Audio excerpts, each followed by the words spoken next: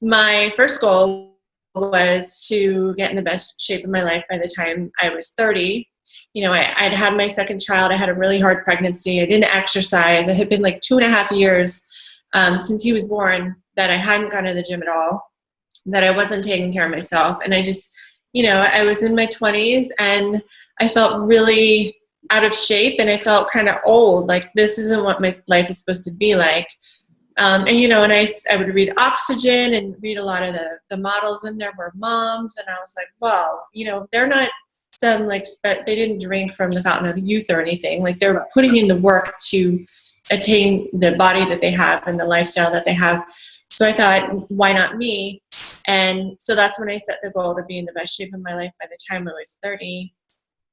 And I hit that goal, pretty soon. Like, I think I was like 28 or 29. And I was like, wow, so what's next? And there was a lot of competitors. I trained at a gym that had powerlifters and figure and bodybuilders and everything. And they would always host seminars. So I'm like, I went to a seminar and I'm like, yeah, I can picture myself doing this. And I just did. And I did it all wrong. It's kind of funny. I was a middle school teacher at the time. And one of my students, his parents were IFBB professional bodybuilders. And so I hired them to be my coach. And though, bodybuilders can always walk the walk, they don't necessarily make the best coaches, because a lot of them, they don't have the background and the training and the knowledge. They just kind of do what everybody else is doing. And that's kind of what I got sucked into, is the very low cal, tons of cardio, lifting weights 6 days a week. Like, if you don't feel like you've been hit by a bus, then you're not doing it right.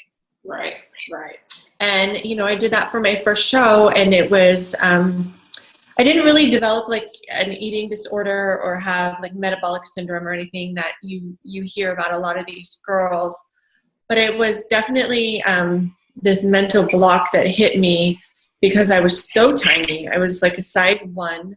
I weighed 117 pounds at, 5'6.5".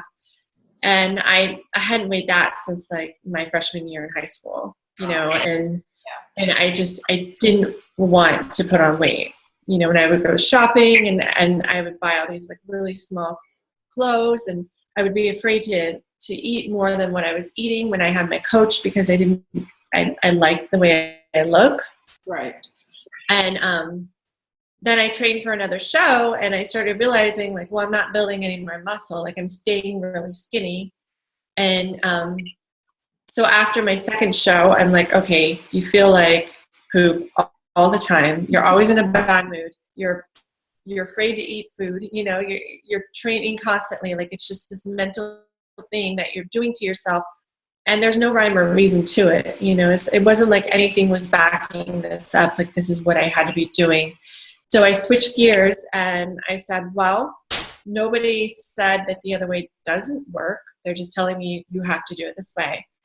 So I started eating more and I started exercising less and allowing my body to recover and having more playtime in my life rather than, doing the arduous, like 60 minutes a day of cardio. I would go on bike rides with my kids and run around the jungle gym and play at the park and, just live life like I wanted to.